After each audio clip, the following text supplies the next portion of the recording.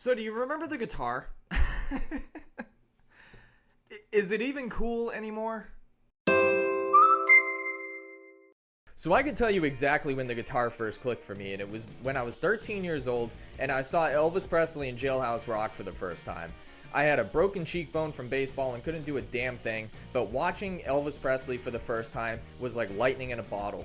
It gave me hope and inspiration. I wanted to pick up a guitar and be just like that guy.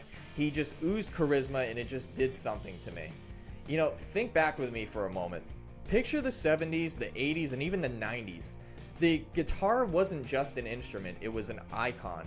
It was the centerpiece of youth culture, a symbol of rebellion, freedom, and energy. Jimi Hendrix setting his guitar on fire, Eddie Van Halen's explosive solos, Jimmy Page's double neck guitar wizardry. It was just unbelievable. These people were rock gods, and they just had attitude. It was a lifestyle. Learning guitar back then was practically a rite of passage for countless teenagers. You dreamed of being on that stage, bathed in spotlights, tearing into a solo, feeling the roar of the crowd. It was aspirational. Every band had a guitar hero, every movie montage featured a killer guitar riff, and every kid wanted to just be the next, big thing. Owning a cool guitar and being able to shred a solo or even just master a few power chords made you stand out. It gave you an identity. It felt like you were tapping into something truly special, something that the mainstream didn't quite understand but secretly wanted a piece of. And speaking of that mainstream relevance, you could arguably say that the last major cultural explosion with the guitar was undeniably at the absolute forefront of pop music in the 1990s with the grunge movement. Like, think about Kurt Cobain. He wasn't a technical virtuoso like Van Halen, but his raw, visceral approach to the guitar, combined with his songwriting and stage presence, absolutely defined a generation. That was the sound of disenchantment of a loud, unapologetical youth culture, and it reverberated globally. The guitar was still the instrument of angst and authenticity of a counterculture voice, and it dominated radio waves and MTV.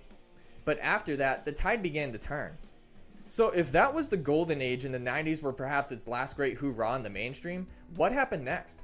Why does it feel like the cultural cachet, that inherent coolness of the guitar, has faded? I've been thinking about this and I've come up with a few theories I think might have contributed to this shift. So first, let's talk about the rise of the producer, the DJ, the beat maker. The landscape of music creation has fundamentally changed. Digital audio workstations, powerful softwares, and readily available samples mean that a kid in their bedroom can now produce a professional sounding track with just a laptop and some headphones. They're just as likely to be dreaming of crafting that viral TikTok sound or making a beat that blows up on SoundCloud as they are mastering a fretboard. The creative outlet is diversified and the tools of the trade have evolved. The cool factor has shifted from physical dexterity on an instrument to digital fluency and sonic sculpting. Now second, we've seen the diminishing prominence of the quote-unquote rock star persona. The era of the larger-than-life guitar-wielding rock star dominating the cultural conversation is largely past. While there are still incredible guitarists out there, the mainstream spotlight now shines on pop stars, rappers, and electronic artists. The biggest tours and the most talked about albums and the most commercially successful artists aren't typically defined by the guitar prowess.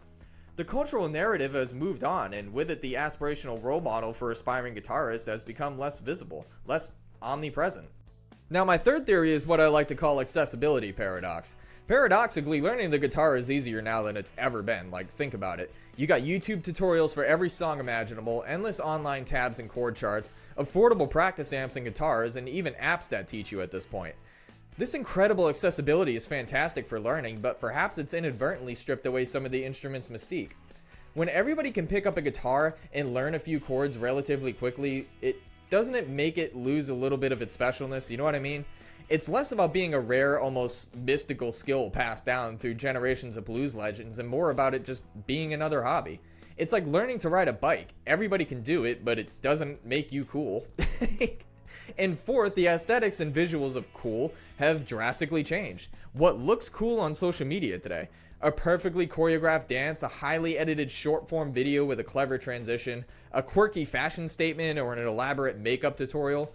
For a while, a person sitting in their room painstakingly practicing scales for hours or struggling through a difficult solo didn't always translate into a viral, visually engaging piece of content. The instant gratification and visual dynamicism of platforms like TikTok and Instagram didn't always align with the slow, deliberate, and often unglamorous grind of mastering an instrument. However, it's worth noting a fascinating counter-trend here. In the last few years, particularly with the rise of social media platforms like TikTok, we've actually seen a resurgence of the guitar in unexpected ways. While it might not be like the stadium-filling rock star moments we all love, there are now countless incredibly talented guitarists gaining massive followings by sharing short jaw-dropping clips of their playing. From blistering shred solos to intricate fingerstyle arrangements of pop songs, or even just hilarious skits featuring the guitar, social media has brought a spotlight back to the instrument and the many talented people who can still play it. It's a different kind of visibility, less about mainstream radio play and more about viral moments and direct engagement with a global audience. This new ecosystem has created its own version of, cool or guitar cool, whatever you want to call it, proving that raw talent and engaging content can still break through. And now let's be brutally honest about the learning process though. It's not always glamorous, my god. It's about calluses forming on your fingertips until they're numb, the initial pain of pressing down on steel strings, the endless repetition of scales and arpeggios until your fingers ache. It's frustrating practice sessions trying to nail that one riff for hours, only to mess it up again.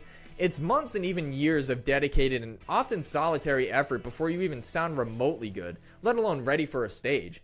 And once you can play, then what? The traditional avenues for guitarists have also shifted. Garage bands aren't as relevant as they once were, with digital collaboration often replacing physical jam sessions. Open mic nights can be intimidating, and the music industry itself is incredibly competitive and decentralized. The immediate gratification of culture of social media doesn't always align with the slow, deliberate, and often unrewarded grind of mastering an instrument and finding an audience. It requires a different kind of motivation, a deeper, more intricate love for the craft rather than a promise of external validation or fame. So after all of this, am I saying the guitar is dead? Absolutely not. Am I saying it's not worth learning? Hell no. But perhaps what this discussion highlights is that we as guitar players, musicians, or enthusiasts need to reevaluate what cool means, in the modern context. Maybe cool isn't about being a stadium-filling rock star anymore. That was one definition tied to a specific cultural moment. But culture is fluid, always changing. Maybe cool now is about, personal satisfaction of mastering a challenging skill. There's an undeniable Zen-like quality to the discipline of practice, in the slow but steady improvement, the feeling of your fingers finally doing what your brain wants them to do. That's a profound personal tool that transcends external validation. Perhaps cool is about the pure joy of self-expression. The guitar allows for an incredible range of emotions and sounds, whether you're playing blues, jazz, metal, folk, or something entirely new. It's a direct conduit for your inner world. Creating something beautiful, raw, or thought-provoking simply for the sake of it is inherently cool. Maybe cool is about connecting with other musicians, finding your tribe, creating a unique sound together, regardless of fame and fortune. It's about the shared language of music, the synergy of a jam session, and the bond formed over shared riffs and melodies. And perhaps most importantly, cool is about creating your own music, even if it's just for yourself or a small audience of friends and family. It's about being an artist, a creator, a contributor to the vast tapestry of sound. The ability to bring a melody or harmony from your mind into existence through an instrument is a kind of magic that will never truly lose its power. For me, the guitar still holds a magic that no other instrument can truly replicate. The feel of the wood against your body, the vibration through your fingers, and the distinct voice of a well-played chord or a screaming bend, it's an incredibly rich, tactile, and rewarding journey. It's a conversation you can have with yourself and with others, even without words. And maybe, just maybe, the fact that it's less about chasing a fleeting cultural trend and more about pure, unadulterated love of music and craftsmanship and personal growth makes it even cooler in its own quiet and profound way.